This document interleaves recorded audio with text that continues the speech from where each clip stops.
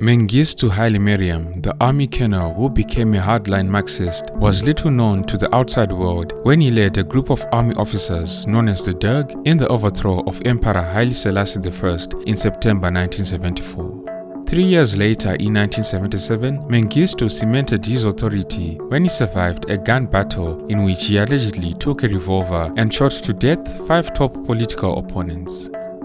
Initially, Mengistu made profound social and economic changes in Ethiopia, transforming its highly feudal society into a socialist state. The estates of the landowning class were seized and the land was redistributed to the peasants. During this time, revolts by various right and left-wing political groups demanding an elected government, as well as guerrilla warfare by secessionist fronts, spread throughout Ethiopia in the late 1970s. The two major groups involved in the conflict, the Ethiopian People's Revolutionary Party, the EPRP, and the All Ethiopia Socialist Movement, MESON, despite minor differences, were actually supporters of the Marxist revolution against Emperor Haile Selassie. However, by 1976, the two groups had become bitter rivals. MESON chose to ally itself with the Derg, but the EPRP accused the Derg of having a fascist ideology. The EPRP subsequently launched a guerrilla campaign against the government, assassinating both its leaders and supporters. They also targeted public buildings and other symbols of state authority for bombings. In retaliation, the Derg labeled the EPRP's sporadic campaign of assassination the White Terror. Some members of the Derg even promised that for every revolutionary killed, there would be 1,000 counter-revolutionaries executed. In all honesty, the Derg had been executing suspected EPRP members since 1976, but after Mengistu seized full control in 1977, the Red Terror was officially unleashed. During this 2-year campaign, tens of thousands of Ethiopians were arrested, tortured, and summarily executed. To assist in exterminating the Derg's political opponents and the enemies of the revolution, the Derg employed the secret police and even issued arms to local government officials.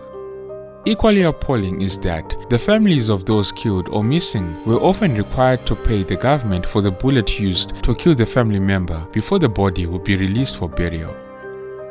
During the second wave of the Red Terror, Mengistu now turned on his former allies, MESON, as well as some of the local government officials who were suspected to have greater loyalty toward MESON rather than the Derg.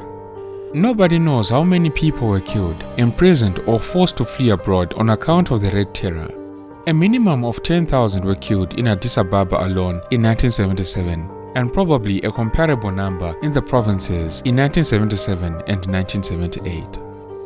A large number were detained and subjected to appalling prison conditions and torture. An even larger number became refugees. Despite Mengistu's successful obliteration of his political opposition, popular support for the Derg government decreased as a result of economic and political disasters, conflict and famine. Warfare was prevalent throughout the whole time the Derg was in power. There were wars, including the conflict with Somalia over the Ogaden region, in which hundreds of thousands were killed. There was the rebellion in the northern region of Tigray, where a hardline Marxist army rose up to fight Mengistu's regime. There was also the continuing war in Eritrea, where rebels had been engaged in a fight for autonomy for many years. And in the east, the Oromo Liberation Front, another group whose existence and grievances predated Mengistu, were fighting for self-determination. In May and June 1977, Somalia's army advanced into the Ogaden region. In turn, the Soviet Union labeled Somalia the aggressor and diverted arms shipments to Ethiopia. In those days of intense Cold War competition in Africa, the Soviets viewed Ethiopia, with its more than 40 million people at the time, and its position in the Horn of Africa as a more valuable piece of real estate than thinly populated Somalia. When the Ogaden War began in 1977, Ethiopia controlled approximately 10% of the Ogaden region. By March 1978, however, the Ethiopians had captured almost all of the Ogaden, prompting the defeated Somalis to give up their claim to the region. Mengistu's greatest and perhaps only true success lay in repelling this Somali invasion during this Ogaden War. His success in the Ogaden War made him a national hero and gave him political capital that lasted for almost a decade until it was depleted by his many failures. After the Ogaden War, Mengistu quickly shifted his troops to Eritrea. He had inherited the Eritrean War from Emperor Haile Selassie. In 1962, the emperor abolished Eritrea's federal status, closed down its parliament and the other institutions of self-government, and put Eritrea under direct rule. A large number of Eritreans reacted violently to this annexation, and rebel groups soon formed to fight the Ethiopian annexation. By the mid-1960s, there was armed rebellion in Eritrea's outlying districts. Now, in the final months of 1977 and early 1978, Mengistu's government came very close to losing Eritrea.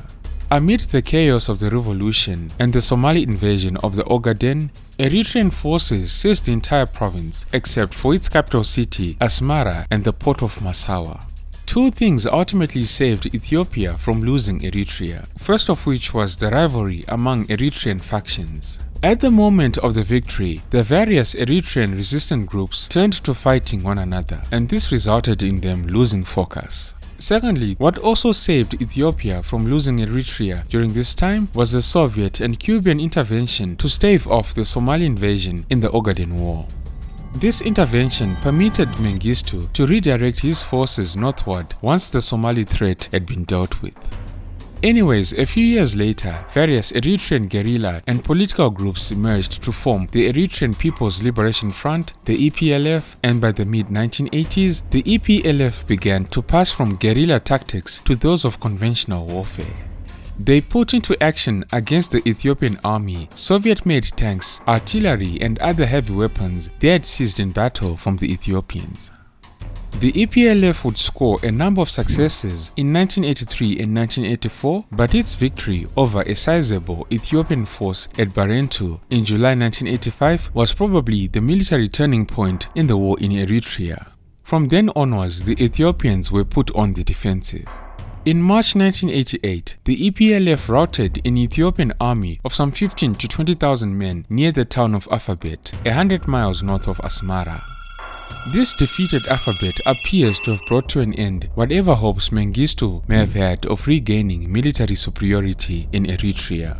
But it was the insurgency in Tigray, long regarded as a junior partner to that in Eritrea and much less threatening to the regime in Addis Ababa, that pushed Mengistu to the war. At times a rebellious province, when one of its own was not emperor, Tigray was nonetheless quiet and loyal during the final years of Emperor Haile Selassie's reign. Tigray did not slide into armed rebellion until some months after the monarchy had been overturned. The young men who took to the hills in 1975 and set up the Tigray People's Liberation Front, the TPLF, were radical left communists who considered the Derg a band of fascists. The TPLF acted out of a combination of extreme leftist ideology and a profound sense of regional grievance. They claimed that Tigray was not being given its due by the new rulers in Addis Ababa. Fast forward to February 1989, after years of fighting a purely hit-and-run guerrilla war, the forces of the TPLF, aided by an EPLF force, destroyed an Ethiopian army of over 20,000 men at the town of Haile Selassie in western Tigray. This defeat forced the evacuation of the entire province of Tigray by the Ethiopian army. Strategically speaking, for the Ethiopian army, the loss of Tigray was an extremely serious one, for it meant the cutting of the last land link to Eritrea. This blow was perhaps even more telling psychologically, as it was the first time since Benito Mussolini's army invaded in 1935 that an Ethiopian government had had to give up an entire province. The defeated Haile Selassie, coming after that in Eritrea less than a year earlier, shook the Ethiopian military establishment to its core. It was almost certainly the event that triggered the May 1989 coup attempt, the first ever since Mengistu seized power in 1977. It was put into operation when Mengistu was on a state visit to then East Germany, forcing him to cut short his visit and hurry back to Addis Ababa. There was substantial fighting between military loyalists and the coup makers, and after the collapse of the coup, Mengistu initiated a nationwide hunt for the coup makers. 15 generals were executed, and eventually 176 army, navy, and air force officers, including 24 generals, were court-martialed in Addis Ababa. Although Mengistu had survived, the opposition to him and his policies had become widespread, and he only had 2 more years in office ahead of him. Additionally, this purge of the senior ranks of the Ethiopian army that followed caused a further deterioration in its fighting capabilities. While missteps on the military side accounted for the defeats suffered by Mengistu's armed forces, it was famine that first discredited his regime and set it on a downward spiral. The ruling party of Mengistu's military junta, the Workers' Party of Ethiopia, became despised for its harsh social policies, including the forced collectivization of more than 1 million peasants that resulted in sharply reduced farm production and exacerbated the effects of the 1984-1985 drought and famine. When the famine hit areas in northern Ethiopia, then partially held by rebels of the TPLF and the EPLF, Mengistu's regime later used the disaster as a pretext to forcibly relocate hundreds of thousands of villagers from northern Ethiopia to areas in the south. Mengistu argued that this villagization campaign, as it came to be known, was meant to relocate people from food-deficient areas to the fertile plains of the south. In reality, the move was meant to empty rebel-held areas from potential supporters. Much of this resettlement was involuntary, with government representatives using coercion and deception to meet quotas in the north. Direct force was also common in Tigray and northern Wollo. Unfortunately, the resettlement camps were not equipped to meet the basic needs of the relocated. Many people died of illness, lack of food, shelter and water, and also because of the absence of tools and seeds needed to plant and survive. This famine in Ethiopia was well publicized around the world, and this resulted in a massive outpouring of media attention and sympathy around the world. Mengistu was forced to accept relief aid from other nations. Despite the help, an estimated 1 million Ethiopians died between 1983 and 1985. In retrospect, it is clear that the Great Famine was the point at which Mengistu's fortunes began to unravel. More than anything that had happened to that time, the famine undermined Mengistu's claim to legitimacy. This is because the revolution that brought Mengistu and the Derg to power swept in on the heels of the drought and famine in Wollo province that occurred in 1972 and 1973. At the time, the revolutionaries pointed to it as proof of the failure of the imperial regime of Haile Selassie. Now, the famine of 1984 to 1985 was all the more embarrassing in that it came just at the moment when Mengistu was celebrating with much ceremony and at much expense the 10th anniversary of the revolution and bringing into being officially his Workers' Party of Ethiopia. Cold War rivalries had helped Mengistu and the Derg to flourish and tighten their hold on power. For many years, the Soviet Union willingly took upon itself the role of supplier to Mengistu's enormous military machine, considering the political benefits to be derived from having Ethiopia in its camp. Soviet arms deliveries to Ethiopia are estimated to have totaled almost $10 billion between 1977 and 1987. The end for the Mengistu regime was signaled during 1989 when it became clear that, as a result of Mikhail Gorbachev's new policies, the Soviet Union intended to bring an end its ongoing commitments to the Derg. Also in February 1990, when the EPLF launched a final offensive and attacked Massawa, the Soviet Navy that was offshore did not assist the Ethiopians in any way.